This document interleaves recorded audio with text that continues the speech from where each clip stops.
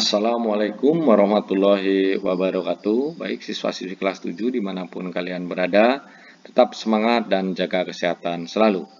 Kali ini kita akan membahas materi kelas 7 mata pelajaran PPKN, bab ketiga, perumusan dan pengesahan Undang-Undang Dasar 1945 untuk pertemuan kedua.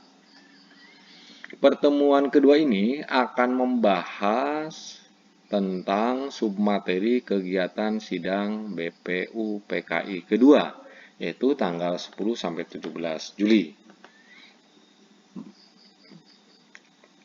Pada pertemuan minggu yang lalu, kita telah membahas pengertian konstitusi, bentuk-bentuk konstitusi, dan Indonesia dengan konstitusionalisme. Dan pada minggu ini kita akan membahas pada poin D, yaitu kegiatan sidang BPUPKI kedua yang dilaksanakan tanggal 10-17 Juli 1945.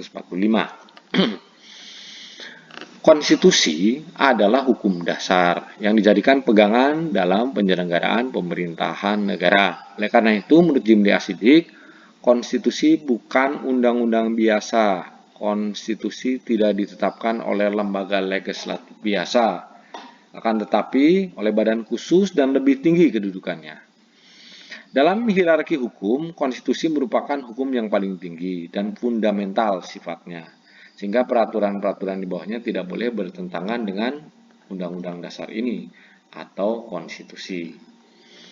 Naskah Undang-Undang Dasar 1945 pertama kali disiapkan atau dipersiapkan oleh BPUPKI pada masa sidang kedua, yaitu tanggal 10-17 Juli 1945. Hal-hal yang dibahas secara teknis saat itu adalah tanggal 10 Juli diawali dengan pembukaan sidang. Kemudian sidang diawali juga dengan laporan Insinyur Soekarno selaku Ketua Panitia Kecil, Panitia 8, yang dibentuk di sidang pertama. Dua hal yang dilaporkan Soekarno, yaitu hasil inventarisasi, usul, dan pendapat para anggota BPUPKI. Yang kedua, usaha mencari jalan tengah atas perbedaan pandangan golongan Islam dan golongan nasionalis. Usulan tersebut dikelompokkan menjadi 9 kelompok. Kelompok usulan yang paling banyak adalah yang meminta kemerdekaan secepatnya. Dalam pidato laporannya, Soekarno juga membacakan Piagam Jakarta, pembukaan hukum dasar negara yang dirumuskan Panitia 9 dan disetujui oleh Panitia Kecil atau Panitia 8. Kemudian sidang BPUPKI tanggal 11 Juli. Kegiatannya, setelah mendengar pandangan dan pemikiran dari 20 orang anggota, maka dibentuk 3 panitia kecil, yaitu Panitia Perancang Undang-Undang Dasar dengan Ketua IR Soekarno, Panitia Perancang Keuangan dan Perekonomian diketuai oleh Muhammad Hatta, Panitia Perancang Pembela Tanah Air diketuai oleh R. Abikusno Cokro Sujoso. Pada tanggal 11 Juli, Panitia Perancang Undang-Undang Dasar membahas bentuk negara atau bentuk pemerintahan apabila nanti Indonesia sudah merdeka. Selanjutnya, sidang menghasilkan kesepakatan sebagai berikut. 1. Panitia Perancang Undang-Undang Dasar ini menyepakati membentuk Panitia Perancang Declaration of Right yang beranggotakan 3 orang, yaitu Ahmad Subarjo, Sukiman, dan Parada Harahap. Kemudian Panitia Perancang Undang-Undang Dasar juga menyepakati membentuk Panitia Kecil Perancang Undang-Undang Dasar yang diketuai oleh Mr. Supomo. Lalu yang ketiga, disepakati tentang bentuk unitarisme. Yang terakhir, disepakati tentang pemimpin negara di tangan 1 orang, yaitu presiden. Baik, kita lanjutkan. Sidang tanggal 12 Juli. Kegiatannya adalah berupa pembahasan lanjutan di masing-masing panitia dan panitia kecil perancang undang-undang dasar yang diketuai oleh Mr. Supomo berhasil menyusun naskah undang-undang dasar.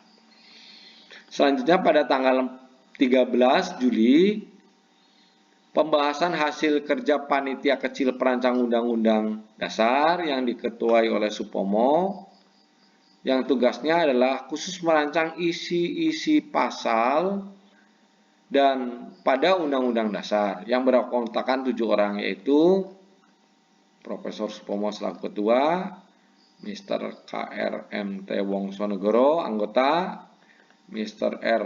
Ahmad Subarjo anggota, Mr. A. Maramis anggota, Mr. R. Panji Singgi anggota, Kiai Agus Salim anggota, dan Dr. Sukiman Wirjo Sanjoyo selaku anggota.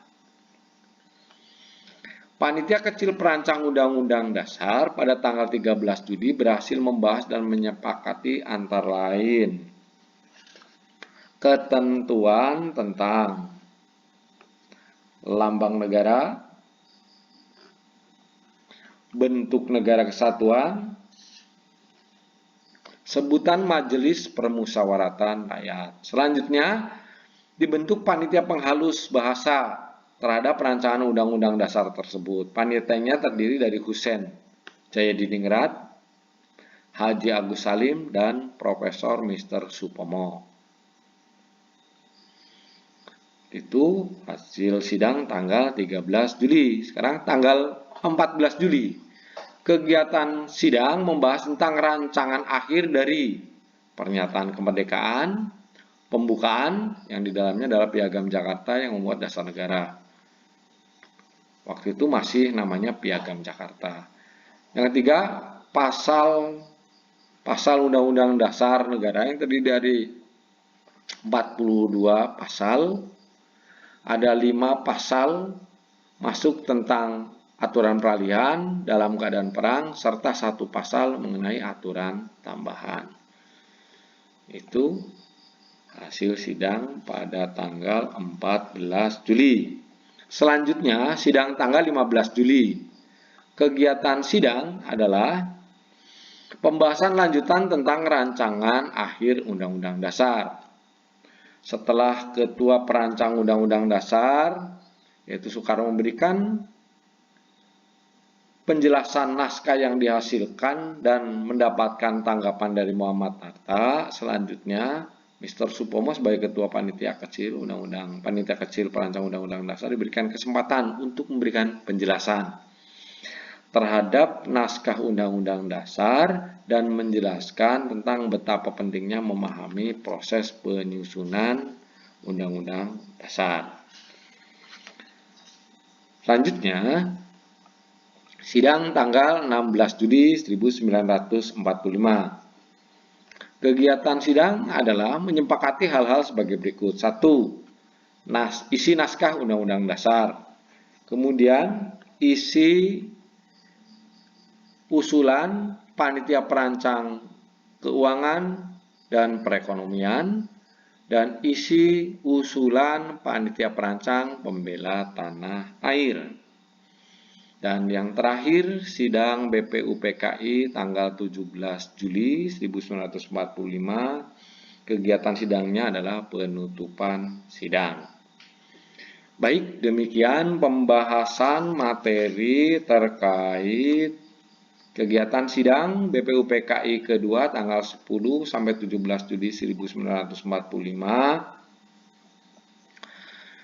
Yang isinya adalah proses perumusan Undang-Undang Dasar 1945. Selanjutnya, setelah menyimak penjelasan tadi sebagai bahan latihan dan untuk lebih memahami serta mengukur tingkat pemahaman terhadap materi pertemuan ini, maka kalian kerjakan tugas di bawah ini. Selanjutnya, kumpulkan kepada Bapak dan Ibu guru kalian. Nah, pertanyaannya dari sebelah kiri, jawabannya dalam tabel di kolom berikutnya. Demikian yang bisa saya sampaikan. Kurang dan lebihnya mohon maaf. Terima kasih atas perhatiannya. Semoga pertemuan ini dapat bermanfaat. Amin tentunya.